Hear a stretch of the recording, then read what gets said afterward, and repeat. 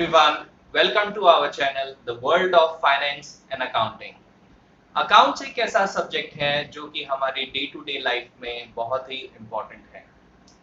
चाहे वो कोई हाउसवाइफ हो, किरियाने की दुकान हो, कोई बिजनेसमैन हो या बहुत बड़ा बिजनेसमैन या फिर कोई एमएनसी, सभी को अपना अकाउंट या खाता मेंटेन करना बहुत ज़रूरी है। आज हम अपनी क्लास में यही सीखेंगे कि बेसिक्स ऑफ अकाउंटिंग क्या होता है। Now let's move to the class and see what our teacher is teaching today. Everyone, welcome to our channel, The World of Finance and Accounting. Accounts एक ऐसा सब्जेक्ट है जो कि हमारी डे टू डे लाइफ में बहुत ही important है।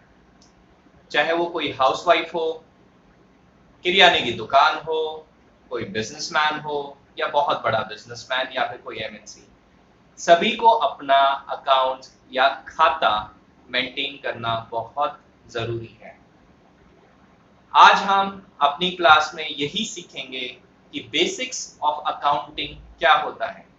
Now let's move to the class and see what our teacher is teaching today. Hello students, आज हम अकाउंटिंग के बारे में पढ़ने जा रहे हैं। अब देखिए, अकाउंटिंग एक प्रैक्टिकल सब्जेक्ट है। उसमें सारे के सारे उस अकाउंटिंग को सीखने के लिए हमें क्या ज़रूरत पड़ेगी, अकाउंटिंग के जो न्यूमेरिक्स होंगे या उसकी ट्रांजैक्शंस होंगी, कैलकुलेशंस होंगी। लेकिन उससे पहले थोड़ा बहुत थ्योरी भी करना बहुत ज़रूरी होता है, क्योंकि जब हमें यही नहीं पता कि अकाउंटिंग होती कैसे है और कैसे की जाती है, तो उससे हम प्रैक्टिकल चीज़ें इतनी आसानी से नहीं कर पाएंगे। तो अगर हमें थोड़ी सी बेसिक नॉलेज अकाउंटिंग की मिल जाती है तो हम प्रैक्टिकल और थ्योरेटिकल को बहुत अच्छे से कोरिलेट कर पाते हैं। तो इस वजह से हम आज का जो हमारा थीम है, जो एजेंडा है, वो है अकाउंटिंग के बारे में बेसिक्स थ्योरी को पता करना। तो सबसे पहले कोई भी चीज देखो जनरेट की जाती है, कोई भी चीज इंप्लीमेंट की जाती है, तो उसकी कोई ना कोई रिक्वायरमेंट होती है। तो इसलिए हम उसकी नीड ऑफ अकाउंटिंग देखेंगे। फिर अकाउंटिंग होती क्या है, उसके कैरेक्टरिस्टिक्स क्या होते हैं, फंक्शंस क्या रहेंगे और अकाउंटिंग साइकिल क्या होती है। तो आज हम इन टॉपिक्स को कवर करेंगे और इन टॉपिक्स के बारे में कुछ एग्जांपल्स लेते हुए ही हम आगे बढ़ेंगे, ताकि हमें चीजें कंफ्यूज ना रहे हम चीजों को लेकर, और चीजें हमें अच्छे से समझ भी आ जाए। तो अब क्या है, सबसे पहले हम स्टार्ट करते हैं नीड ऑफ अकाउंटिंग के बारे में। अब देखो, इसको मैं एक एग्जांपल्स के थ्रू आपको बताती हूँ ताकि चीजें अच्छे से आपको कोरिलेट कर पाओ। फॉर एग्जांपल, एक पर्सन है ए। अब उसने सोचा कि चलो मैं एक बिजनेस स्टार्ट कर लेता हूँ। अब बिजनेस तो उसने स्टार्ट कर दिया। अब बिजनेस स्टार्ट करने के लिए ये उसका बिजनेस मान लेते हैं। अब बिजनेस स्टार्ट करने के लिए एक पर्सन को सबसे पहले क्या करना पड़ेगा, इन्वेस्टमेंट। तो इन्वेस्टमेंट उसने की, जो उसने कैश लगाया या जो पैसा लगाया है, जो इन्वेस्टमेंट की है, उसको हम कॉमर्स या अकाउंटिंग की लैंग्वेज में कैपिटल बोलते हैं। कैपिटल। तो जो ए ने कैपिटल लगाई है बिजनेस स्टार्ट करने के लिए, उसके बाद वो क्या करेगा, उस कैपिटल से या उस पैसे से कुछ सामान खरीदेगा, कुछ ऑफिस खरीदेगा, लैंड खरीद सकता है, मशीनरी खरीद सकता है। ठीक है, तो इन सारी चीजों को जो उसने अपना बिजनेस रन करने के लिए कुछ चीजें खरीदी हैं, उनको हम एसेट्स बोलते हैं।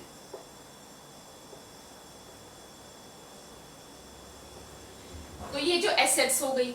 अब जो एसेट्स हो गई हैं, तो अब सारा का सारा बिजनेस तो देखो एक इंसान अपने पैसे के बलबूते पर कर ले, ये थोड़ा सा टफ हो जाता है। तो कई बार वो कुछ मटेरियल होता है वो क्रेडिट पे लेगा, या कहीं से लोन उठाएगा, या फिर कुछ रेंट होगा जो वो बाद में पे करेगा। तो कुछ ना कुछ चीजें उधार भी चलती हैं। सारा का सारा आप जनरली कैश के ऊपर नहीं कर सकते हो। तो जो चीजें हमें दूसरों को वापस करनी है, जिसका पैसा हमें पे करना है, वो हमारी लायबिलिटीज बन जाती हैं।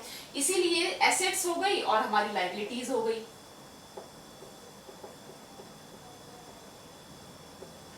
अब लायबिलिटीज हो गई, उसके बाद उसने क्या किया, एसेट्स खरीद लिए हैं, मटेरियल वगैरह खरीद लिया है, जो पैसा उधार से लेना था वो भी ले लिया है, जो उसके पास था वो उसने इंप्लीमेंट कर दिया है। अब उसका बिजनेस स्टार्ट हो गया, तो बिजनेस स्टार्ट करने के लिए उसको पूरे साल बहुत सारे एक्सपेंसेस भी करने पड़े होंगे, उसको सैलरीज भी देनी होंगी, उसको स्टाफ भी रखना है, उसको किसी चीज का स्टेशनरी वगैरह का भी हो सकता है रिक्वायरमेंट हो। तो इस तरीके से जो डेली रूटीन के उसके उस बिजनेस में बहुत सारे खर्चे होंगे, जो ऑफिस से रिलेटेड होंगे या जो फैक्ट्री से रिलेटेड होंगे, तो बहुत सारे एक्सपेंसेस होंगे। अब उसके बाद उस सारे के सारे एक्सपेंसेस देखने के बाद वो क्या करेगा, अपने जो गुड्स हैं उनकी कॉस्ट निकालेगा। कॉस्ट ऑफ गुड्स उसने फाइंड आउट करनी पड़ेगी। अब कॉस्ट ऑफ गुड्स वो क्यों फाइंड आउट करेगा, ताकि वो पता लगा सके कि उसको अपने जो गुड्स हैं या जो उसका सामान है उसकी कीमत क्या रखनी है, उसका प्राइस क्या रखना है, ताकि उसको प्रॉफिट हो सके। अब जब सारा का सारा हो जाता है तो एंड में वो क्या करेगा, अब देखो एक ए पर्सन ने अगर बिजनेस स्टार्ट किया है तो उसका मोटिव क्या रहा होगा, डेफिनेटली प्रॉफिट होगा, उसके पास कुछ पैसा वापस आएगा, तभी तो एक इंसान उसी मोटिव और उसी ऑब्जेक्टिव को लेकर तो एक इंसान बिजनेस स्टार्ट करता है। तो इसलिए उसको वो देखेगा कि एंड में उसको प्रॉफिट हुआ या लॉस हुआ। अब और उस प्रॉफिट एंड लॉस के बेस के ऊपर वो अपनी टैक्स असेसमेंट भी कर लेगा कि उसको गवर्नमेंट को कितना टैक्स पे करना है, या उसको अलग अलग कौन सा सेल्स टैक्स कितना लग रहा है उसका, या उसका इनकम टैक्स कितना जा रहा है। तो वो हो गया। और एक यहाँ पर चीज आ जाती है, जब वो कैपिटल जो वो इन्वेस्ट करता है तो उसके अंदर क्या होता है, एक टर्म और हमारी जुड़ जाती है, दैट इज ड्राइंग। अब ड्राइंग क्या होती है, अगर कोई एक बिजनेसमैन जो होता है वो हमेशा अपने बिजनेस के खर्चों, अपने पर्सनल खर्चों को, अपने पर्सनल एक्सपेंसेस को बिजनेस के एक्सपेंसेस से हमेशा अलग रखता है। तो ऐसा करना बहुत जरूरी होता है। तो अगर वो कुछ पैसा अपने लिए निकालता है या अपने ऊपर कुछ खर्च करता है या अपनी किसी जरूरत के लिए बिजनेस से कुछ पैसा वापस ले लेता है, तो उसको हम ड्राइंग बोलते हैं। वो हमारे अकाउंटिंग की लैंग्वेज में ड्राइंग के नाम से जानी जाती है। तो अब ये सारी की सारी चीजें एक बिजनेस चलाने के लिए बहुत जरूरी है। अब जब ये सारी चीजें हम पूरे साल में ये सारी चीजें हो रही हैं, बिजनेस के अंदर बिजनेस रन कर रहा है, तो definitely at the end of the year ए ये जानना चाहेगा कि उसके पास उसने कितनी टोटल कैपिटल इन्वेस्ट की है टाइम टू टाइम, कितनी एसेट्स या लायबिलिटीज उसके ऊपर है, कितना उसने एक्सपेंस किया है, क्या उसका कॉस्ट है, क्या उसको प्रॉफिट हुआ है, कितना उसको प्राइस रखना है। तो इन सब चीजों का उसको कैसे पता चलेगा। अब डेफिनेटली अगर वो रफली कोई कैलकुलेशंस कर रहा है, तो एक इंसान, एक ह्यूमन जो होता है उसका माइंड लिमिटेड होता है। वो अपने माइंड में पूरे साल के ट्रांजेक्शन्स और ईयर टू ईयर हर साल वो अपने इतनी ट्रांजेक्शन्स फिट नहीं कर सकता। सेकेंडली क्या होगा कि वो कोई रफली चीजें नहीं ले सकता, क्योंकि रफली चीजें जो होती हैं वो प्रूफ ऑफ इन्वेस्टमेंट में काम नहीं आती है। अगर उसको किसी से पैसे लेने हैं तो डेफिनेटली उसके पास कुछ ना कुछ आपका कुछ रसीद होनी चाहिए, या उसकी कुछ ट्रांजेक्शन या बुक्स में उसका रिकॉर्डिंग होनी चाहिए, तभी गवर्नमेंट भी मानेगी, लॉ भी मानेगा। तो उसके अकॉर्डिंग एक जरूरत हुई कि मुझे कुछ ना कुछ एक ऐसे कुछ फंडामेंट्स या कंसेप्ट या फिर एक प्रोसीजर की रिक्वायरमेंट है जो मुझे ये सारी की सारी इंफॉर्मेशन दे एज एंड व्हेन रिक्वायर्ड, जब भी रिक्वायरमेंट होगी। तो यहां से जनरेट होती है हमारी नीड ऑफ अकाउंटिंग। तो नीड ऑफ अकाउंटिंग यहां से जनरेट हो गई। अब ये तो हमने बात कर ली कि नीड ऑफ अकाउंटिंग। अब बात आती है कि अकाउंटिंग एक्चुअली में है क्या। अब अकाउंटिंग के लिए हमारा क्या हो गया, अकाउंटिंग जो होगी हमारे पास वो होगी हमारी ट्रांजेक्शन्स, जो हमारे देखो डिफरेंट ट्रांजेक्शन्स होते हैं। अब उन डिफरेंट ट्रांजेक्शन्स के लिए हमें उनको रिकॉर्ड करना है, फिर उनको समराइज करना है,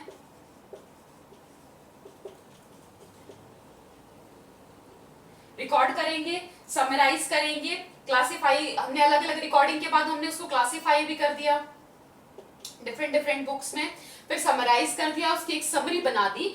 और किन की समरी बनाई है, सिर्फ मॉनेटरी ट्रांजेक्शन्स की।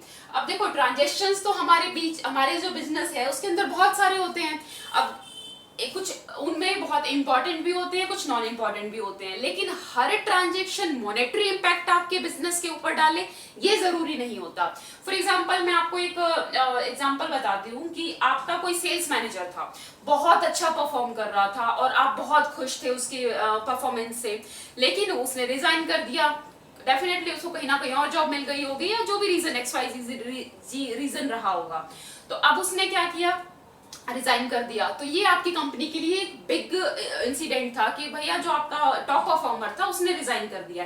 लेकिन आप उसका रिजाइन करने को आप कोई मॉनेटरी वैल्यू नहीं उसको आइडेंटिफाई कर सकते हो, नहीं कैलकुलेट कर सकते हो कि वो क्या मॉनेटरी वैल्यू रही होगी या क्या मॉनेटरी लॉस रहा होगा। इसलिए ऐसी ट्रांजेक्शन जो होती है, या फिर फॉर एग्जाम्पल एक और मैं एग्जाम्पल देती हूँ आपको, जैसे कि कुछ आपके लेबर्स ने स्ट्राइक कर दी है, तो स्ट्राइक करने की वजह से आपका काम रुक गया है, लेकिन आप उस चीज को मॉनेटरी वैल्यू में नहीं कंसीडर कर सकते हो। तो इस तरह की इवेंट्स हैं जो आपके बिजनेस के लिए है तो बिग, लेकिन मॉनेटरी उनकी वैल्यू नहीं निकाल सकते हो, उनको रिकॉर्ड नहीं किया जाएगा। तो जो रिकॉर्डिंग होगी वो सिर्फ आपके मॉनेटरी वैल्यूज की ही होंगी जिनकी वैल्यू आप मनी में निकाल सकते हो। जब रिकॉर्डिंग हो जाती है तो उसके बाद उसके क्लासिफाई करना है, उसको डिफरेंट बुक्स में लगाना है और उसके अकाउंट्स में उनको लेकर जाना है।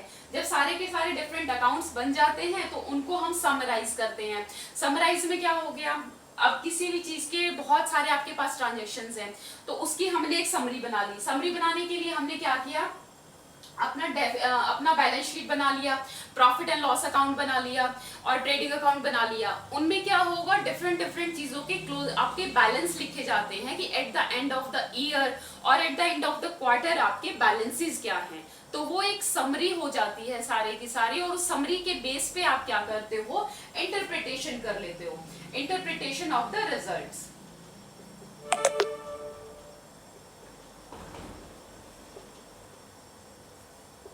जितने भी आपने समराइज की है उसके बेस पे आपको रिजल्ट मिल जाते हैं कि आपको कितना प्रॉफिट हुआ, कितना लॉस हुआ, कहाँ आपने ज्यादा खर्च कर दिया, कहाँ पर कॉस्ट आप कम कर सकते हो, आप क्या डिसीजन ले सकते हो जिसकी वजह से आपका प्रॉफिट अप हो जाए और लॉस होने के चांसेस कम हो जाए। तो इस तरीके से जो अकाउंटिंग है वो क्या हो गई, recording, classifying, summarising of the monetary transactions and then interpret the result thereof. तो ये आपकी हो गई अकाउंटिंग। अब बात करते हैं अकाउंटिंग की कैरेक्टरिस्टिक्स की। अब जब कैरेक्टरिस्टिक्स की बात करते हैं तो अकाउंटिंग में उसके फीचर्स क्या है, उसकी कैरेक्टरिस्टिक्स क्या है। तो सबसे पहले जो आती है बात,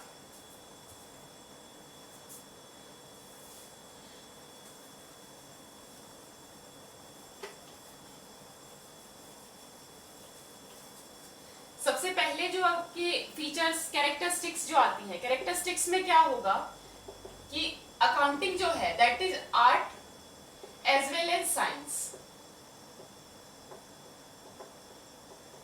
अब बात आती है कि आर्ट भी है और साइंस भी है अकाउंटिंग, तो ऐसा कैसे होगा।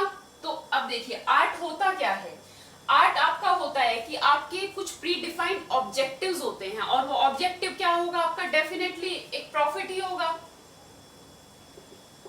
अब इस प्रॉफिट को अचीव करने के लिए आप अपने टैलेंट का उपयोग करेंगे, अपने टैलेंट को यूज करेंगे, डिफरेंट डिसीजंस लेंगे। तो उन डिसीजंस के और अपने डिसीजंस और टैलेंट के बेस पे आप उस प्रॉफिट को प्री डिफाइंड जो आपका ऑब्जेक्टिव है उसको आप अचीव करेंगे। So it is art. किसी भी चीज के लिए हम एग्जांपल ले सकते हैं, तो ये आर्ट हो गई, इट इज एन आर्ट। तो अकाउंटिंग में क्या होता है, अकाउंटिंग में भी आपको क्योंकि प्रॉफिट लेना होता है, आपका प्रीडिफाइंड आपका ऑब्जेक्टिव है, तो उस तक जाने के लिए आपको जो भी मेहनत करनी पड़ती है या जो भी डिसीजंस लेने पड़ते हैं, तो ये आर्ट कंसीडर होता है। और जब साइंस की बात करते हैं तो साइंस क्या होगा आपका, साइंस आपका होता है जहां पे आपके कैलकुलेशंस होती है, रूल्स एंड रेगुलेशंस होती हैं और प्री डिफाइंड चीजें होती हैं कि आपको इस तरीके से, इस सिस्टमैटिक तरीके से आगे बढ़ना है। अब देखो साइंस में, अब अकाउंटिंग साइंस कैसे हुई, अब क्योंकि अकाउंटिंग की अपने कुछ प्रिंसिपल्स हैं, अकाउंटिंग के अपने कुछ स्टैंडर्ड्स हैं। फॉर एग्जांपल आपके पास कुछ सेल्स के ट्रांजेक्शन्स हैं, सेल्स हुई हैं, तो आपके पास कुछ डिफरेंट बुक्स होती हैं, जैसे कि सेल्स बुक हो गई या फिर आपकी परचेज बुक हो गई। तो जब भी आपकी सेल्स हुई हैं तो आप उन सेल्स की ट्रांजेक्शन्स को परचेज बुक में नहीं लिख सकते हो, आपको उनको सेल्स बुक में ही रिकॉर्ड करना पड़ेगा। सेम जब आपकी परचेज होती हैं तो आपको उनको परचेज बुक में ही रिकॉर्ड करना पड़ेगा, आप उनको सेल्स में नहीं लिख सकते, सेल्स बुक में नहीं लिख सकते हो। तो इस तरीके से आप जो आपके प्री डिफाइंड जो आपके रूल्स होते हैं, रूल्स एंड रेगुलेशंस होते हैं, आप उनको फॉलो करते हो तो ये एक साइंस भी बन जाती है। तो जो इसकी एक फीचर है वो है कि ये आर्ट भी हो गई और साइंस भी हो गई। इसका जो सेकंड फीचर है वो आपका हो गया रिकॉर्डिंग ऑफ फाइनेंशियल ट्रांजेक्शन।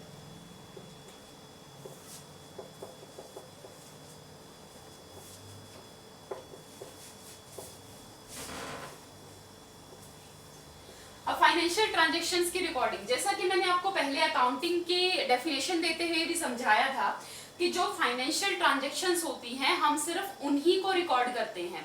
अब हमारे पास इवेंट्स तो बहुत सारी हो गई, जैसे कि मैनेजर छोड़ के चला गया या स्ट्राइक हो गई, तो बिग इवेंट्स तो है वो बिजनेस के लिए, लेकिन वो फाइनेंशियल ट्रांजैक्शंस नहीं है। अब फाइनेंशियल ट्रांजैक्शंस क्या होंगी, जैसे कि आपने फर्नीचर खरीदा है, तो अगर आपने फर्नीचर खरीदा है, यू बॉट अ फर्नीचर या you purchase a furniture, right.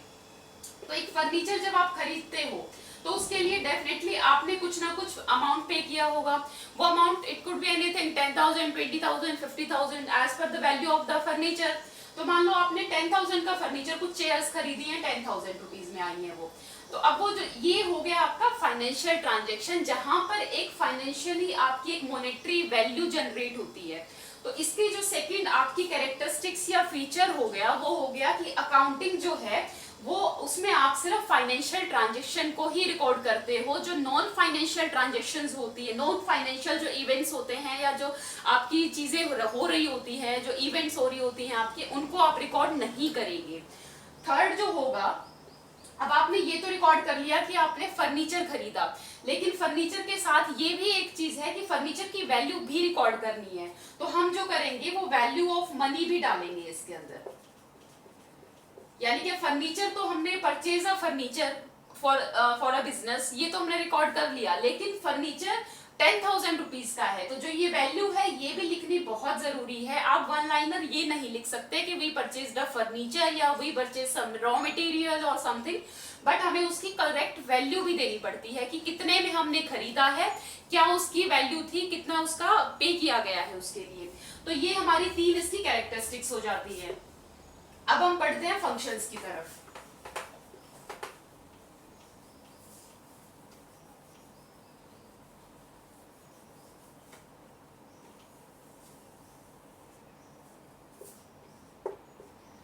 अब बात आती है जो फंक्शंस की, तो फंक्शंस में क्या होता है कि अकाउंटिंग काम कैसे करती है। फंक्शंस वही होते हैं कि कोई कैसे फंक्शन कर रहा है, कैसे उसका क्या क्या स्टेप्स फॉलो किए जा रहे हैं।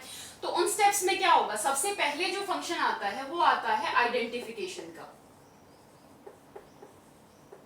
अब आइडेंटिफिकेशन से बात आती है कि क्या आइडेंटिफाई करना है हमें, तो मॉनेटरी ट्रांजैक्शंस सिंपल है, जितने भी मॉनेटरी ट्रांजैक्शंस हैं उनको आइडेंटिफाई करना है, और जो भी मॉनेटरी ट्रांजैक्शंस नहीं है उनको हम छोड़ देंगे, उनका हमारे अकाउंटिंग से कोई लेना देना नहीं है। मे बी वो आपके लिए और कोई डिसीजन लेने में हेल्प कर सकते हैं या आपके लिए एक आपका एक्सपीरियंस बन सकते हैं, लेकिन वो अकाउंटिंग की बुक्स में रिकॉर्ड नहीं किए जा सकते हैं। तो सबसे पहले आपको आइडेंटिफिकेशन करनी है, आपको उन ट्रांजैक्शंस को आइडेंटिफाई करना है जिनकी मॉनेटरी वैल्यू होती है। उसके बाद सेकंड, जब आप उन आइडेंटिफिकेशन कर लेते हैं, उस जितने भी मॉनेटरी ट्रांजैक्शंस हैं उनको डेफिनेटली आपको रिकॉर्ड करना पड़ेगा। तो सेकंड जो हमारा स्टेप आ जाता है वो आ जाता है रिकॉर्डिंग का। अब रिकॉर्डिंग के अंदर क्या रहेगा, रिकॉर्डिंग के अंदर हमारी कुछ बुक्स होती हैं पर्टिकुलर, उनके अंदर ही हमें उनकी रिकॉर्डिंग करनी पड़ती है। जैसे कि फर्स्ट जो है हमारी वो है कैश बुक। जितने भी कैश ट्रांजैक्शंस होंगे जिसके लिए आपने पे किया है या आपको कैश रिसीव हुआ है, बैंक में हुआ है या फिर आपको इन कैश कोई चीज मिली है, उससे नहीं फर्क पड़ता, बट जो ट्रांजैक्शंस हैं वो आपकी इमीडिएटली कैश में कन्वर्ट हो रही हैं या आप कैश पे कर रहे हो, वो सारी की सारी जो भी आपकी ट्रांजैक्शंस होंगी वो आपकी कैश बुक में लिखी जाएंगी। सेकंड आपका हो जाता है सेल्स बुक। अब क्योंकि आप एक बिजनेस चला रहे हो, बिजनेस रन कर रहे हो, तो आप कुछ ना कुछ तो सेल ही कर रहे हो कस्टमर्स को, तो जितने भी आप सेल्स कर रहे हो वो सारी की सारी सेल्स की जो ट्रांजैक्शंस रहेंगी वो आपकी सेल्स बुक में चली जाएंगी। थर्ड है परचेज बुक।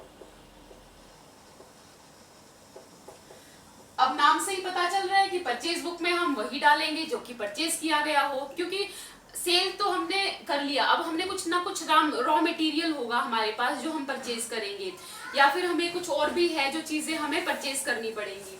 तो जो भी हमने परचेज किया उसको हम परचेज बुक में डाल देते हैं। फोर्थ आ जाएगा आपका सेल्स रिटर्न बुक। अब देखिए कुछ ना कुछ मे भी कई बार होता है ऐसा कि कुछ माल जो है आपने जो आपने अलग से आपने चीजें दी हैं या सेल की हैं, जो आपने आपका मटेरियल जो सेव किया है, जो वैल्यू गुड्स सेल किए हैं, उसमें कोई प्रॉब्लम रही हो सामने आपके कस्टमर को, या फिर उसको कोई लाइक गलत बिल मिल गया है या गलत क्वांटिटी मिल गई है, या फिर जो एज पर हिज एक्सपेक्टेशन उसको मटेरियल या फिर जो गुड्स था वो नहीं मिला है, वो सेटिस्फाइड नहीं है, तो आपकी कॉन्ट्रैक्ट के अकॉर्डिंग वो उस चीजों को वापस कर सकता है। तो वो जब वापस करता है तो वो बन जाती है सेल्स रिटर्न, और उसको हम सेल्स रिटर्न में डाल देते हैं। और सेम वे में ही जब आप कोई चीज परचेज करते हो, तो परचेज करने के बाद अगर आपको कोई उसमें प्रॉब्लम है तो आप भी उसको परचेज रिटर्न कर सकते हो। तो जो भी सामान आप वापस करोगे उनको आप परचेज रिटर्न में आप उसको लिखोगे, उसको राइट करोगे। उसके बाद ये रिकॉर्ड करने के बाद सिक्स्थ हमारे पास आता है बिल्स रिसीवेबल बुक।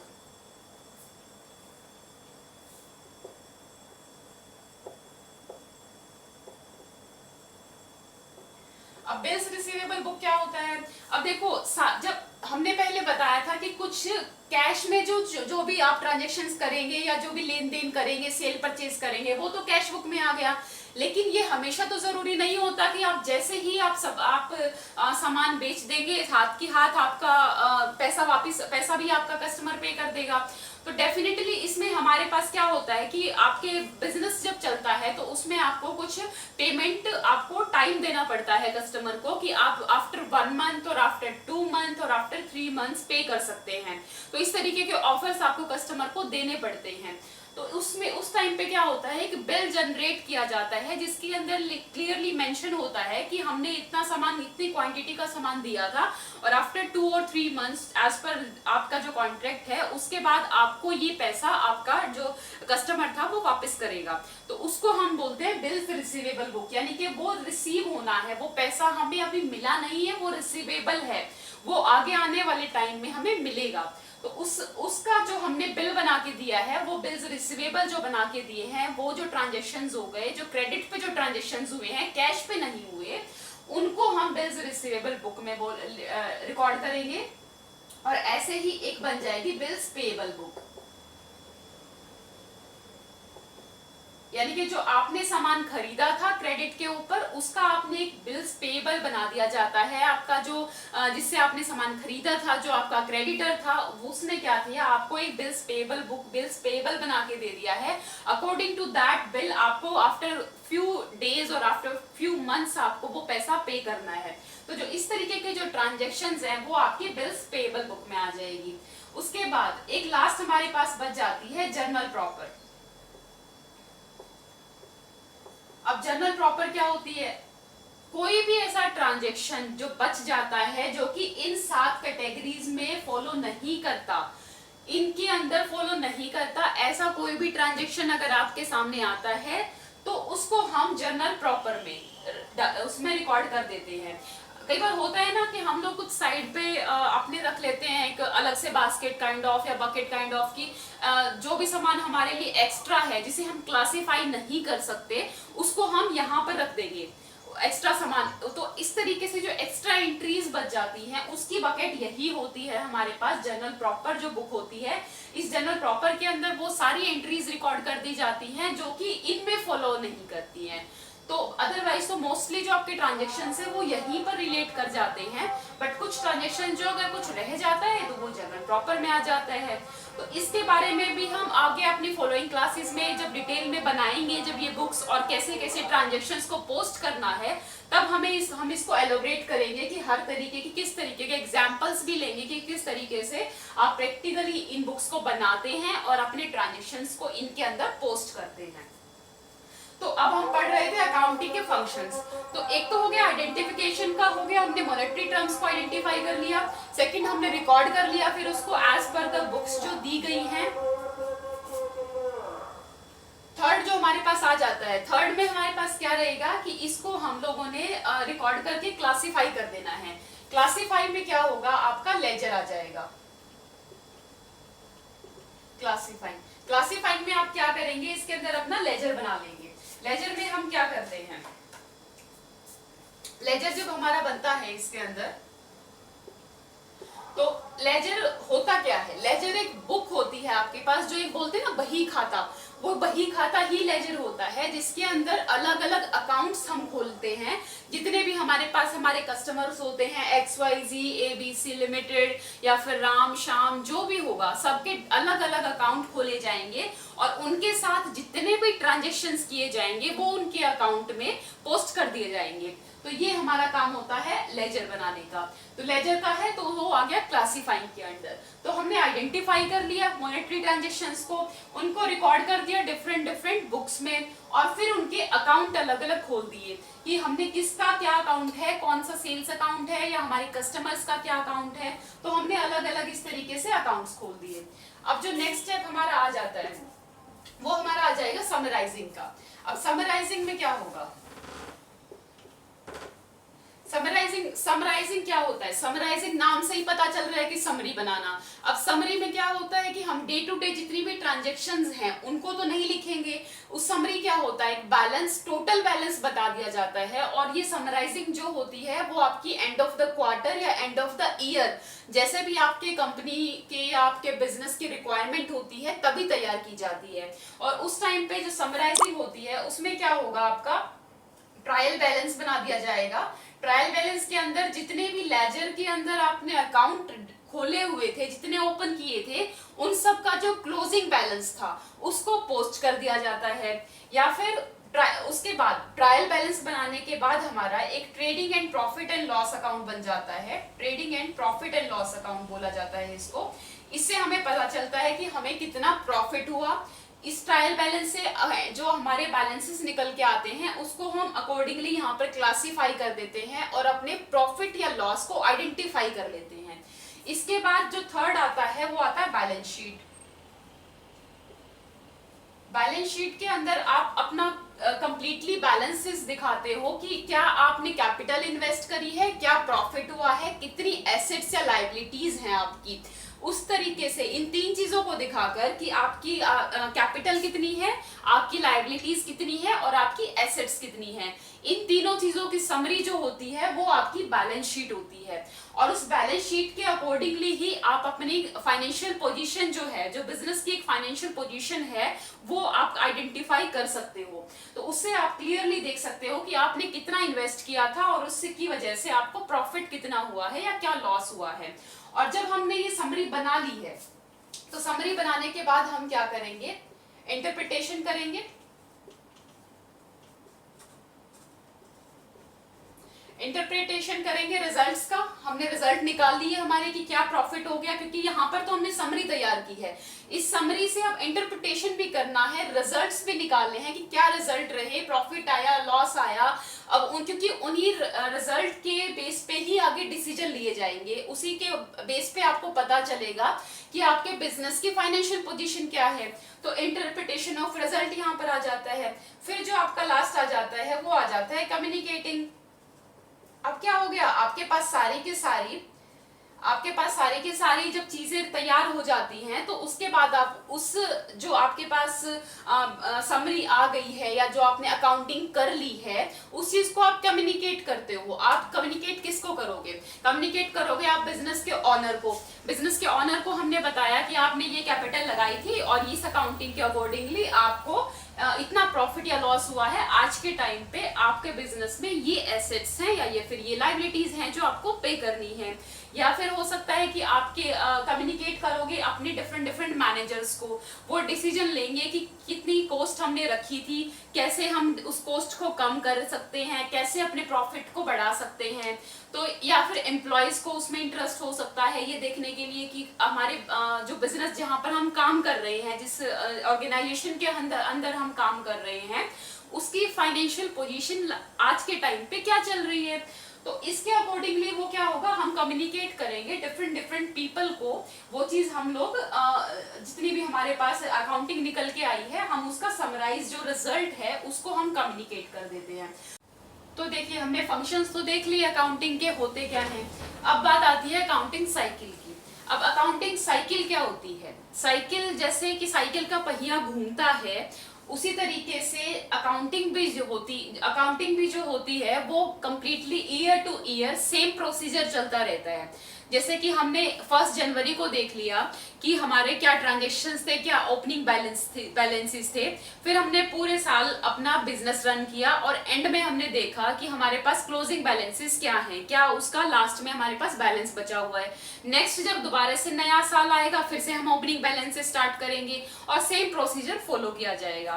तो इस तरीके से, क्योंकि ये टास्क एक रिपीट हो रहा है, बार बार एक चीज हो रही है, एक जो पर्टिकुलर जो हमारे पास 4-5 चीजें हैं उन्हीं के अंदर बार बार रिपीट हो रही है हर साल, इसीलिए उसको साइकिल बोला जाता है।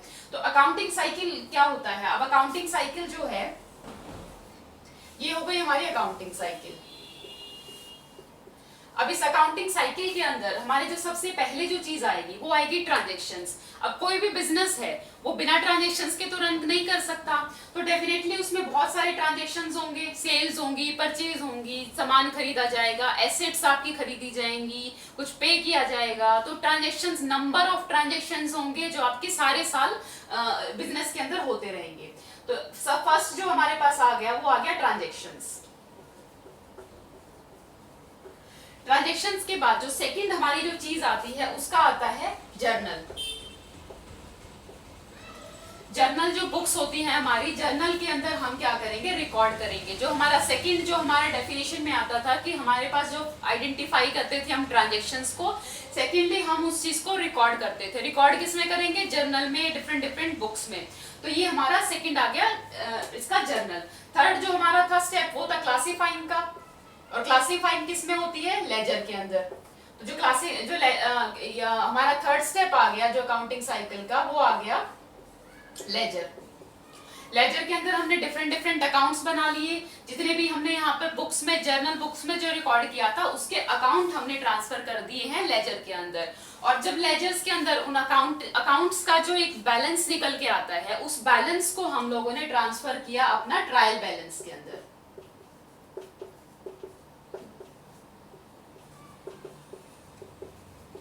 जब हमने ट्रायल बैलेंस बनाया तो सारे के सारे जो अकाउंटिंग जो हमारे पास बैलेंसेस थे उनको हमने यहाँ पे ट्रायल बैलेंस के अंदर ट्रांसफर कर दिया, और जिससे हमने बनाया अपना trading and profit and loss account, या फिर फाइनेंशियल स्टेटमेंट जो हमारी होती हैं, जो बैलेंस शीट्स होती हैं।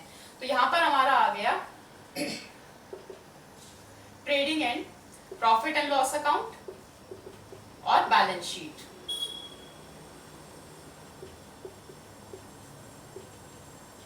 तो बैलेंस शीट आ गई। साल के एंड में, ईयर एंड में हम लोगों ने क्या किया, उस ट्रायल बैलेंस से अपना trading and profit and loss account बना लिया, जिससे हमारा प्रॉफिट आइडेंटिफाई हो गया, और फिर चीजों को हमने बैलेंस शीट के अंदर ट्रांसफर कर दिया। और ये सारी चीजें हमें बताएंगी कि हमें क्या प्रॉफिट हुआ है, क्या लॉस हुआ है, आज के टाइम पे हमारी एसेट्स क्या है, लायबिलिटीज क्या है, क्या कैपिटल इन्वेस्ट हुई थी। ये सारी के सारी जो हमारे पास इंफॉर्मेशन होती है वो हमें रिसीव होती है बैलेंस शीट के थ्रू और प्रॉफिट एंड लॉस अकाउंट के थ्रू।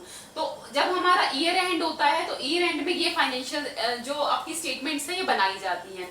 फिर से हमारा ईयर स्टार्ट होगा, नया स्टार्ट होगा, ट्रांजैक्शंस आएंगी, ट्रांजैक्शंस जो होंगी वो रिकॉर्ड की जाएंगी थ्रू आउट द ईयर, उसको लेजर में ट्रांसफर किया जाएगा, उसको ट्रायल बैलेंस में डाला जाएगा अकाउंट्स में, और फिर से ईयर एंड पे आके फिर से हमारे पास फाइनेंशियल स्टेटमेंट्स जो है हमारी profit and loss account, balance sheets वगैरह जो है वो आपकी प्रिपेयर की जाएंगी और रिजल्ट्स निकाले जाएंगे, और उसके बाद फिर से नया शुरू हो जाएगा।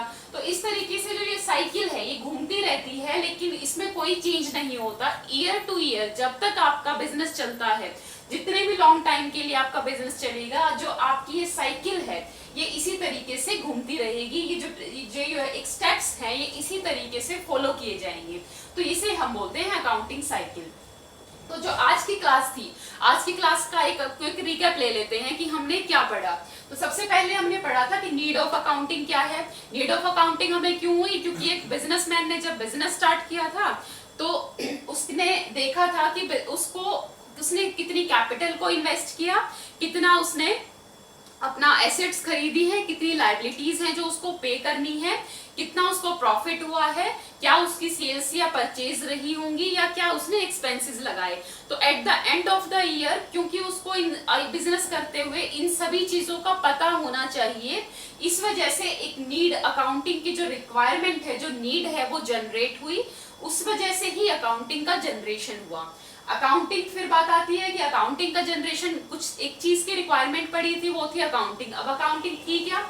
रिकॉर्ड किया गया, ट्रांजैक्शंस को आइडेंटिफाई किया गया, फिर उनको रिकॉर्ड किया गया, क्लासिफाई एंड समराइज किया गया मॉनेटरी ट्रांजैक्शंस को, जो ट्रांजैक्शन जिनकी मनी वैल्यू होती है, जिनको हम मनी के रूप में आइडेंटिफाई कर सकते हैं कि उसकी मनी वैल्यू क्या है, उन ट्रांजैक्शंस को रिकॉर्ड किया गया, क्लासिफाई किया गया, उसकी समरी बनाई गई और फिर उसकी से रिजल्ट्स को इंटरप्रिटेट किया गया।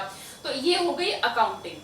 अब उसके कैरेक्टरिस्टिक्स क्या थे? हमारे कैरेक्टरिस्टिक्स हमारे थे कि अकाउंटिंग जो है वो आर्ट भी है और साइंस भी है, जैसे हमने बताया। उसके बाद आर्ट और साइंस है, उसके बाद वो अपनी मॉनेटरी ट्रांजैक्शंस को ही रिकॉर्ड करेगी और विद मनी वैल्यू करेगी। मनी की वैल्यू भी लिखनी पड़ती है कि कितना अमाउंट आपने पे किया, ट्रांजैक्शंस के साथ साथ उनके अमाउंट को भी रिकॉर्ड करना पड़ता है। फिर उसके फंक्शंस की बात हमने की।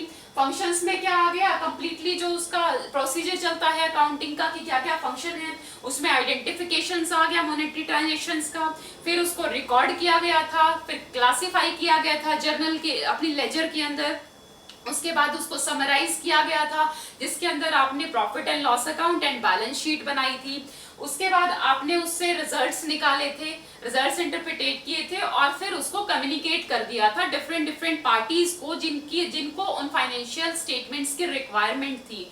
It can be your employees, और आपका ऑनर है, या आपके मैनेजर्स हैं, या आउटसाइडर्स हैं जिसने किसी ने इन्वेस्ट किया है, तो उनको आप शो कर सकते हो कि this is our financial situation, ये हमारे आज के टाइम पे ट्रांजेक्शन्स हैं और हम यहाँ पर स्टैंड कर रहे हैं। तो ये हमारा हो गया फंक्शन। उसके बाद अकाउंटिंग साइकिल आ गई। तो कंप्लीटली ईयर के अंदर जो हमारे प्रोसीजर हैं वो वही रोटेट होते रहते हैं, रिपीट होते रहते हैं, इसलिए उसको साइकिल बोला जाता है। हर जो आपका बिजनेस होता है उसके अंदर ट्रांजैक्शंस होते हैं, फिर उनको जर्नल में रिकॉर्ड किया जाता है, लेजर बनाया जाता है, फिर उसको ट्रायल बैलेंस में डालेंगे और फिर उसकी फाइनेंशियल स्टेटमेंट बना देंगे। तो इस तरीके से हमारे कंप्लीट ईयर की एक्टिविटी जो होती है वो कंप्लीट हो जाती है, और फिर नया ईयर जब आता है तो फिर से सेम प्रोसीजर फॉलो किया जाता है। तो ये हमारी अकाउंटिंग साइकिल हो गई। तो आज हमने सीखी है बेसिक थ्योरी ऑफ अकाउंटिंग, और आगे की क्लासेस में हम लोग प्रैक्टिकल भी करेंगे।